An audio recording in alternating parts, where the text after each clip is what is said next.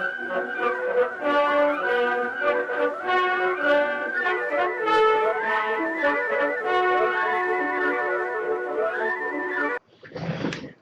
there! Today we're going to talk about this ink, Pelikan Königsblau, aka Royal Blue. This ink was donated by Philip Kölle. If that doesn't make any sense to you, then, well, you're not a European. West European from our area, pretty much. Well, anyway, this is an interesting ink. Royal Blue definitely has its place among inks, I think, because it's a neutral color and yet it's rich. That goes for this ink. It's well behaved. It seems to work well. I've used it in a couple of pens, mainly Pelikan M1000. I just wanted to put a Pelikan ink in a Pelikan pen. Beautiful combination, works very well. It's neutral. This is not a flashy color. This is not going to make you go, wow, this is wonderful. I mean, it is blue, and some people really love that, and some think it's boring. But this is the type of neutral color that you could use at work, and it would work just fine. You know, no one would be angry for using really flashy colors. And you know what? That's pretty much all there's to it. So I think that's enough talk. I think we need to check the ink. Oh, by the way, these are 30 milliliter bottles, should you wonder. They look a bit small, but it's 30 milliliters, and they're useful bottles. Right next, you can actually put your pen in. Seems to work fairly well.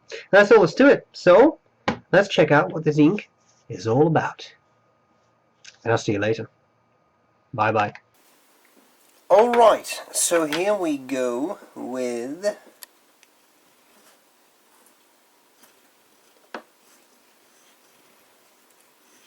how about that? A flex pen that works. Pelikan.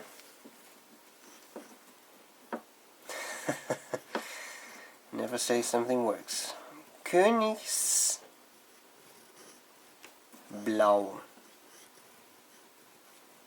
aka Royal Blue. Königsblau. Alright, let's start with a bit of fine writing.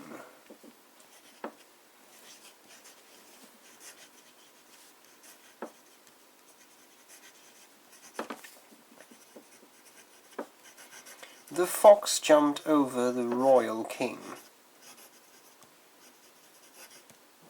I suppose if he's a king, he's sort of royal by nature, isn't he? Well, maybe it's a very fat king. It's just a very royal lot of king. Then we do some medium writing. The fox jumped over the royal king.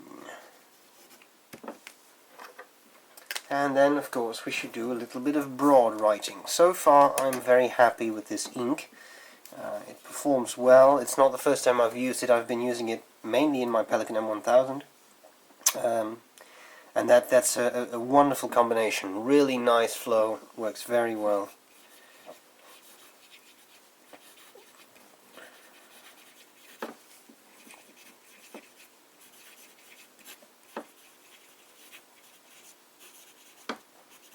Alright,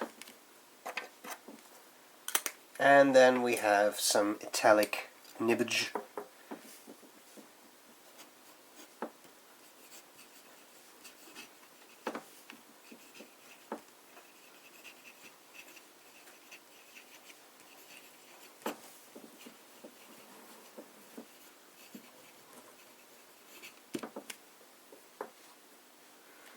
Alright, and then we do a bit of flex writing. Whoops. Paper, come back, there we go. Alright, flex writing.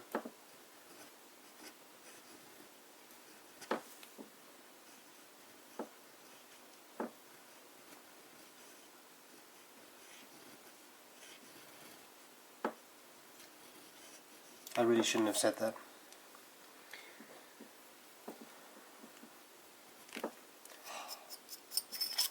But That's okay.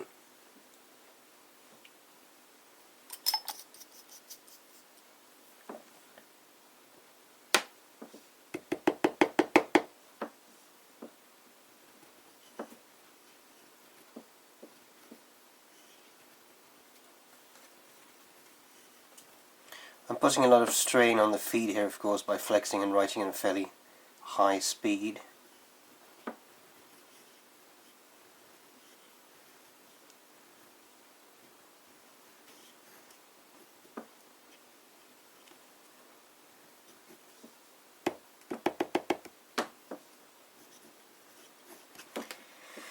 It's very interesting how these Inkcyclopedia entries seem to ruin any type of flexy writing. For some reason, I don't know what happens. Maybe it's the very smooth Rhodia paper that the nibs just have some trouble grabbing onto.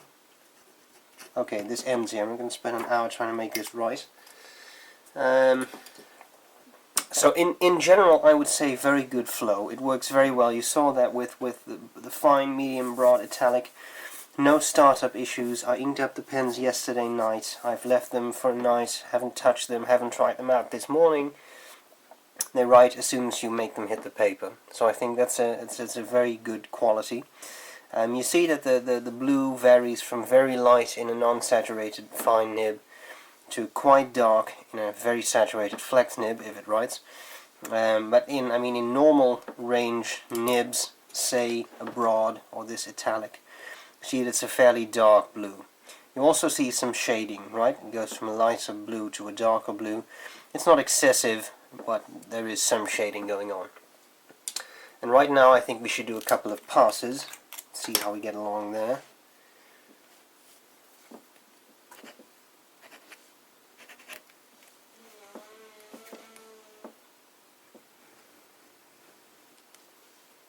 Interesting.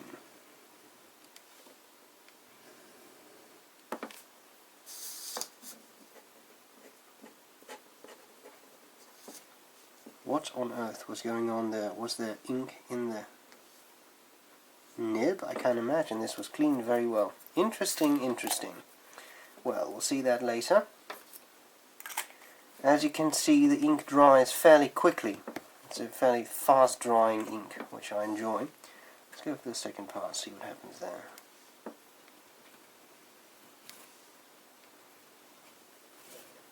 Alright. I made a second pass there, didn't I? Sometimes I marvel at my own stupidity. Okay.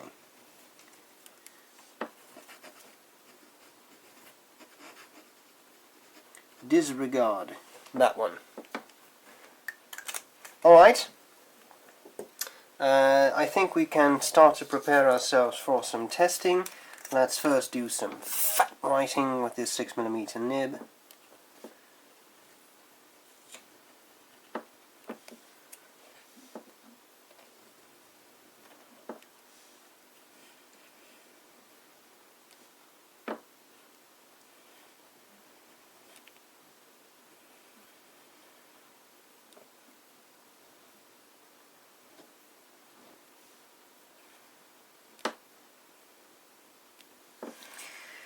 There's a B. Is it? Yes.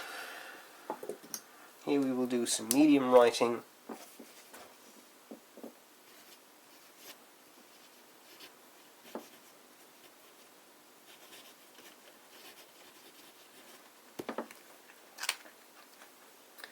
Before I forget, I'll do a third pass, only in this side. There we go.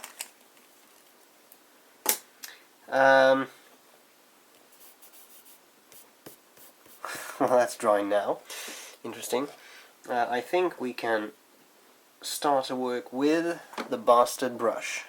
That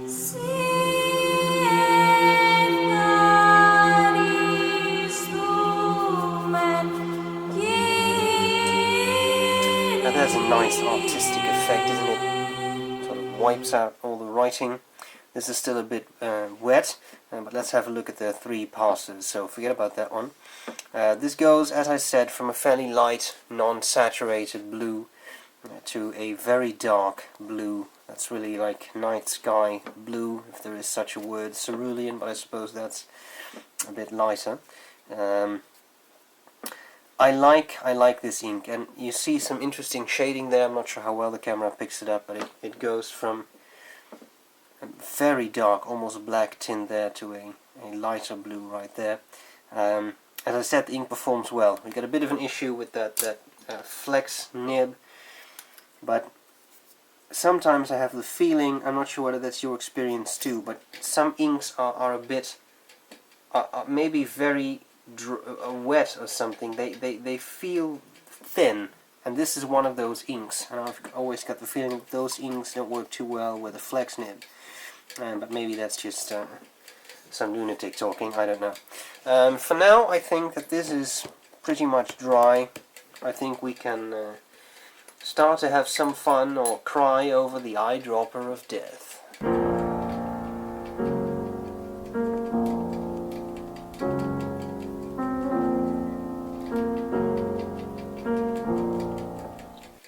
And we'll see what that does.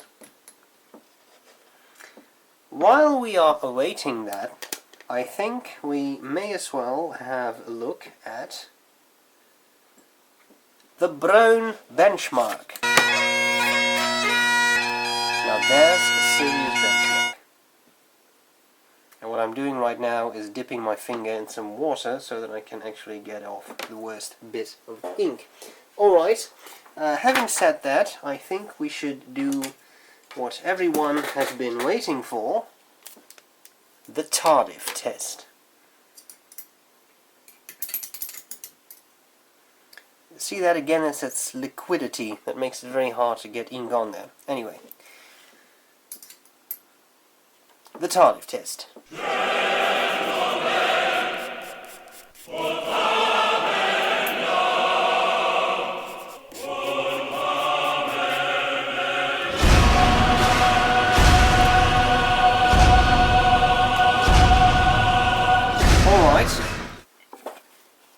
I think we need to get rid of some water there.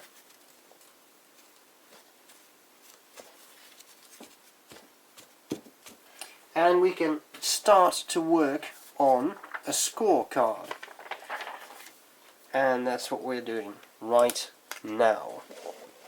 While this is drying, then we'll return to that. And we shall have us a ball. Cleaning.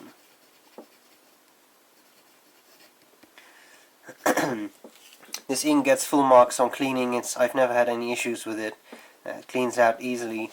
As you can see, it's not the most water resistant of inks. It's not the worst either, but it's something that, I mean, ink is completely dissolved there, for example. So it shouldn't be too hard to get out of your pens. Bleed through, that is something we'll have to assess later on. We have the color. Well, that is definitely a blue. We have shading. Shading, well, I'm going to give that a somewhat middle score. It's not terrible. There is some shading going on. It's not the best either, but it's definitely, I mean, there are inks that don't shade at all. Flow, I would say that is very good. I'm going to give that full marks. There was that issue with the flex pen, but I mean, for normal, regular pens, I would say it's not an issue. It always works well. No hard starts, etc. Feathering seems to be very little, but we'll try that on some cheap copy of paper in a second. We have a drying time, which I would say is very good. It dries fast. And then we have waterproofness. Well, I wouldn't call that a 1. You can still read the writing there. Parts of this are just gone. I'm going to give that score of 2, some sort of middle thing. Alright, that was off screen, wasn't it? I'm terribly sorry. Right, so we'll switch to copier paper.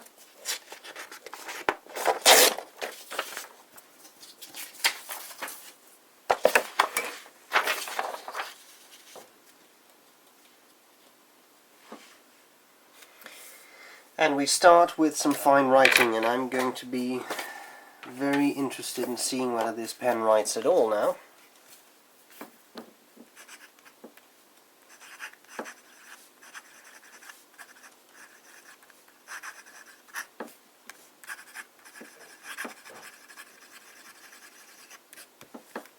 Happiness abound. Medium nib.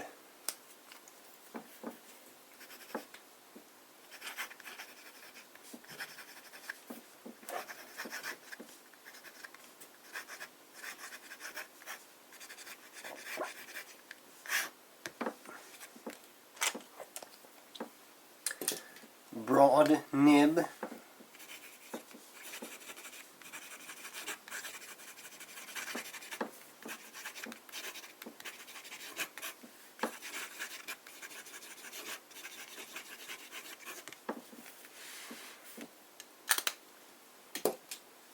Italic nib.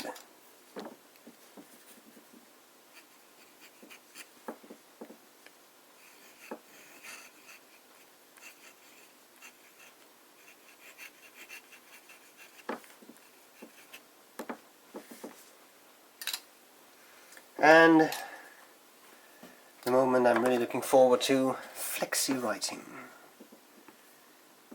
You can do this. You know you want to flex. That's right.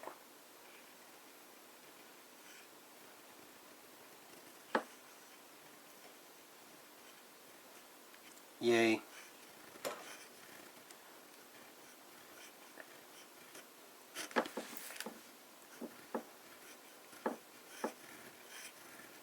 Thou walkest through. There we go. There we go. Just gives up. Very strange. That's right. That's a free brown benchmark. Oh, that was right. Alright. This gets more fun every week I do this.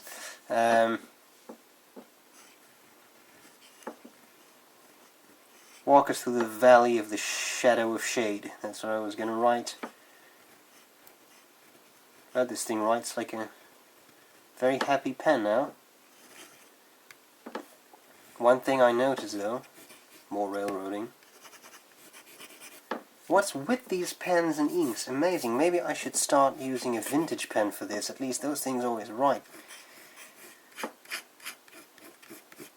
Anyway, we have as an idea. Now I just want to do some really fat writing. There's even ink on my little sliding shield. Bloody hell.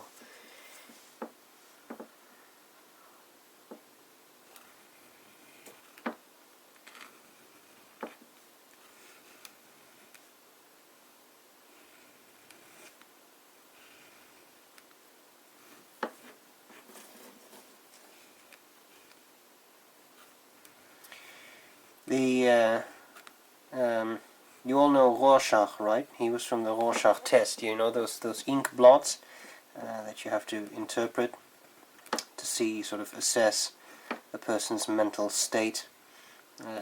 The guy who developed that, Rorschach, actually had a nickname when he was younger, which was Klecks, which is German for an ink blot. I always think that's funny. Then again, I'm kind of weird, so maybe that explains a lot. So what do we see here? Fine, medium, broad, italic, everything goes well. I didn't see anything untoward. Huge brown benchmark. And then of course there is this flexi writing with excessive feathering. You see that? It's really terrible. Then we have a 6mm nib which hardly feathers at all. So there's something with the flex writing, this really wet writing that evokes that, which makes a lot of sense, but I mean, it's really visible. When it comes to bleed through, you see it's bled through, it's this wet ink right there. Well, clearly the brown benchmark bled through a bit, the flex writing bled through like crazy. 6mm nib a little bit, regular writing I would say there isn't so much bleed through. A little bit, you see a little bit of it there with the broad nib. Maybe a little bit, yeah, that's broad nib too, and then the italic nib starts there, which seems to be fine. It's mainly with the broad nib, a little bit there, medium nib with quite some pressure. But in general, I would say this looks pretty good. I mean, if you would use normal pens, normal writing, you could write on a sheet of paper like this, and there should not be any issue. The issues start when you start to do fancy stuff like flex, and I mean, I'm assuming you wouldn't do flex on a sheet of copy paper a whole lot anyway. Rhodia paper, there is no bleed through apart from the brown benchmark, and a little bit there, which is again the flex writing.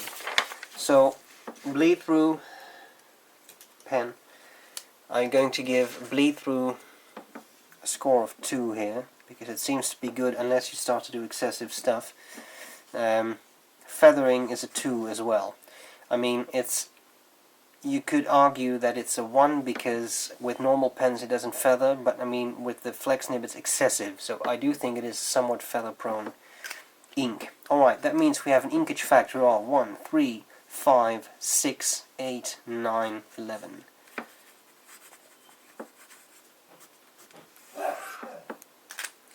And finally, I would like to do a comparison with another ink.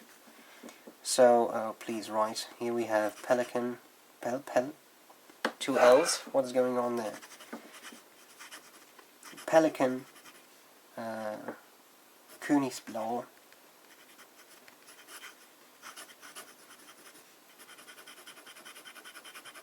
This is it. Of course, now it works. No problem with flexing. And as soon as I say that, you saw that railroading? This pen is screwing with me, that's what it is.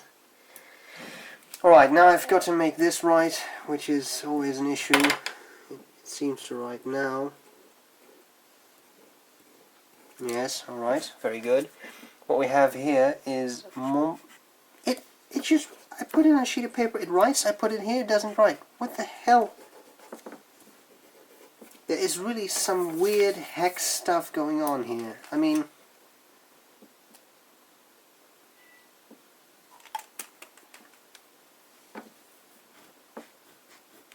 this is Montblanc Royal Blue, so that is Montblanc's Königsblau. And I think you'll see some things in common, except that the Montblanc ink is a bit darker. This is a very dark blue. I picked this mainly for the name, to show off not so much an identical ink, but an ink that is also royal blue, and that is quite different, as you can see. I mean, this is definitely darker. If you were to ask me which do you personally prefer, I love the Pelikan Königsblau, but I like the royal blue from Montblanc just a little bit more. I think this is a really nice, intense blue. And you know, I use the Pelikan Königsblau probably just as much, but my personal preference would be this. I think that's a very nice intense blue. And you know what? That's all there's to it. So I'm hoping you survived my interesting flex nib adventures. I hope this was useful, and I'll see you later. Bye bye.